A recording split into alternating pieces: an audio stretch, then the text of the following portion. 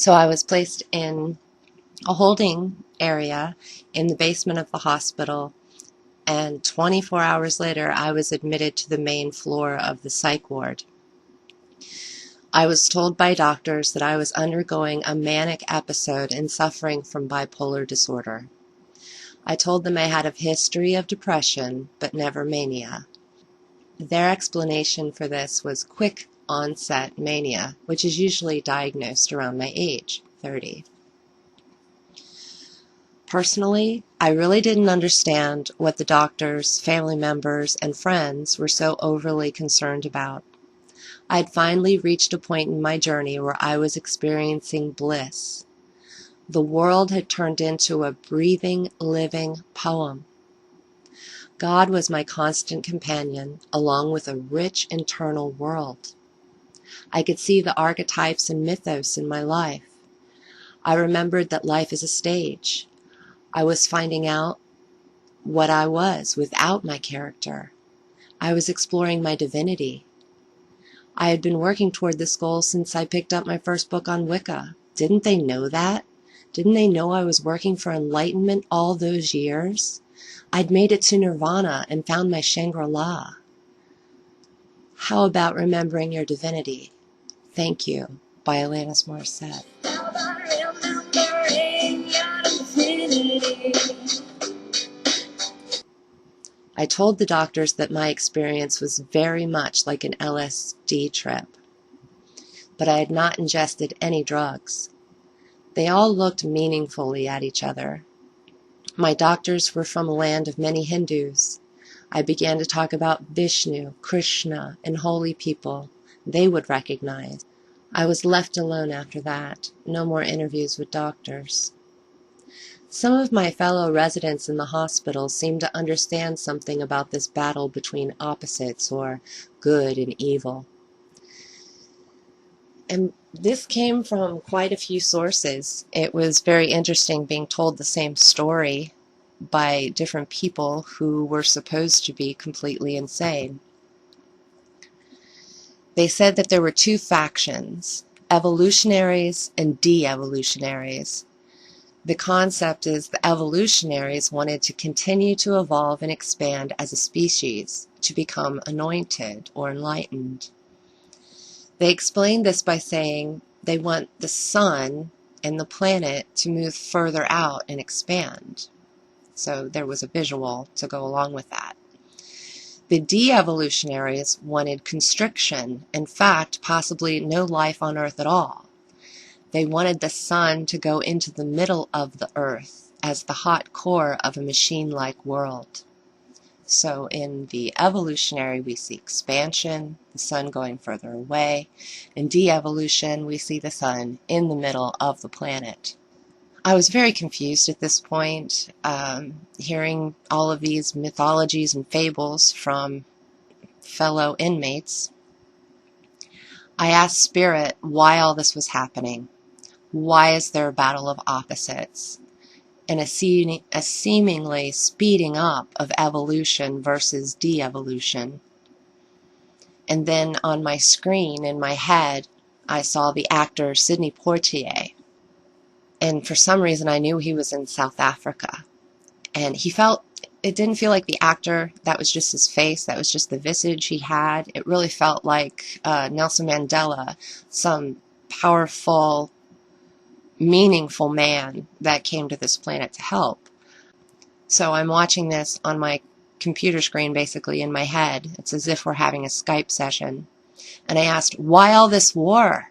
Very confused, lots of emotion. And he said very directly, not enough fish. On that note, the transmission ended. And the transmission felt like a highly secure line that nobody could hack into, and that it was a very important message. Not enough fish. And I have since looked that up, and of course, it's kind of obvious now there are not enough fish in this world, and fish is also a huge metaphor for souls that are growing and becoming enlightened. Become a fisherman of men, and really in that direction. It's a metaphor, the metaphor it was showing. Hermes told me something very profound when I asked him why all this war. Why do men seemingly want to destroy? And why do women want to suffer and lose their loved ones to violence? Hermes told me the war of the sexes was a game to find out who loved who more. There was a man in the hospital, one of my fellow inmates, and he was the spitting image of the actor Kevin Spacey. Sometimes I asked myself if Kevin Spacey would really go that far to research a role. It's a funny thing about my state of mind at the time. If someone looks a bit like a celebrity and carried a similar energy pattern, such as astrological sun sign, the way I perceived their form morphed into the likeness of the celebrity. I'm glad most people did not remind me of celebrities, or I would have been living in a literal world of archetypes. My visions were more picky about who I could recognize as a celebrity and the energy patterns.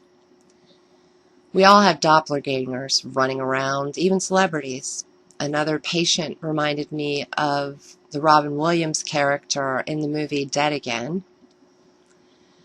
I can now see this as a metaphor to explain what was happening to me. Not being in a total state of enlightenment meant I was dead again.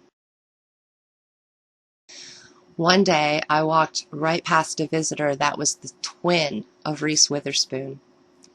Reese has also shown up as a goddess Venus in my dreams. The Kevin Spacey man talked to me a lot. He liked the fact that I was psychic and asked me about the visions I was experiencing.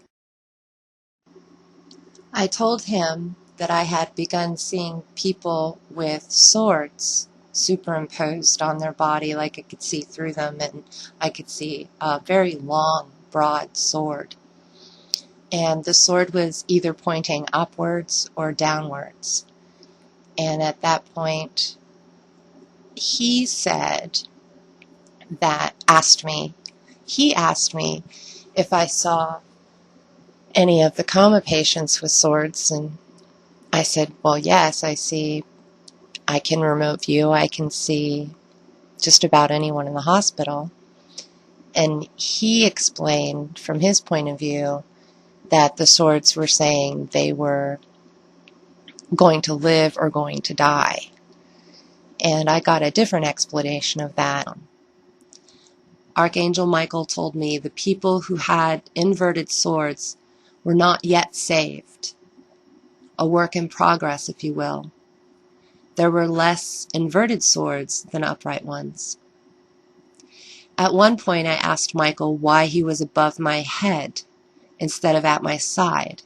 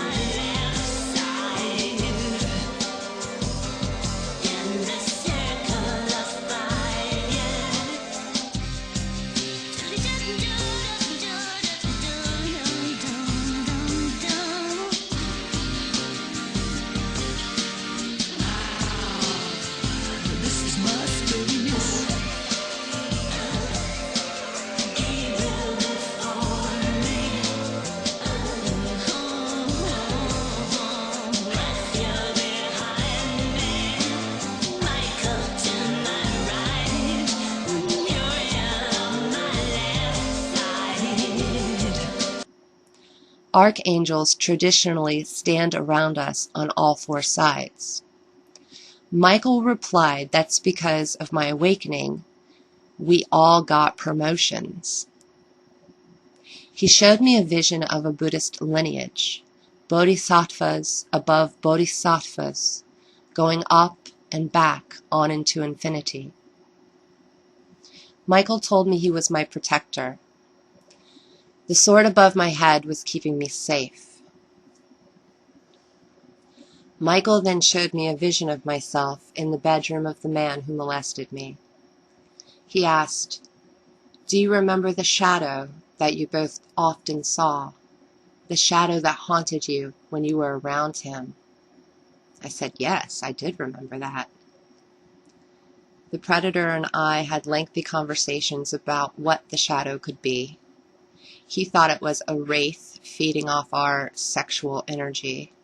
Michael said, that shadow was me.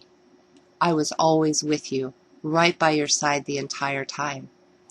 I made sure you were safe. I felt a flood of gratefulness wash over me, the feeling of safety within the womb. I could feel in my heart he was telling me the truth. I could not see angels then, so I interpreted him as a shadow.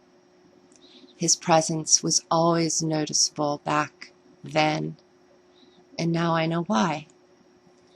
I later found out that the Archangel Michael is associated with Hermes. The medication I was obligated to take at the hospital eventually stopped my Kundalini experience. I became very confused and isolated after I got out of the hospital. The prescription pills took away all of my feelings. I became lethargic. I searched with a passion to find out what had happened to me.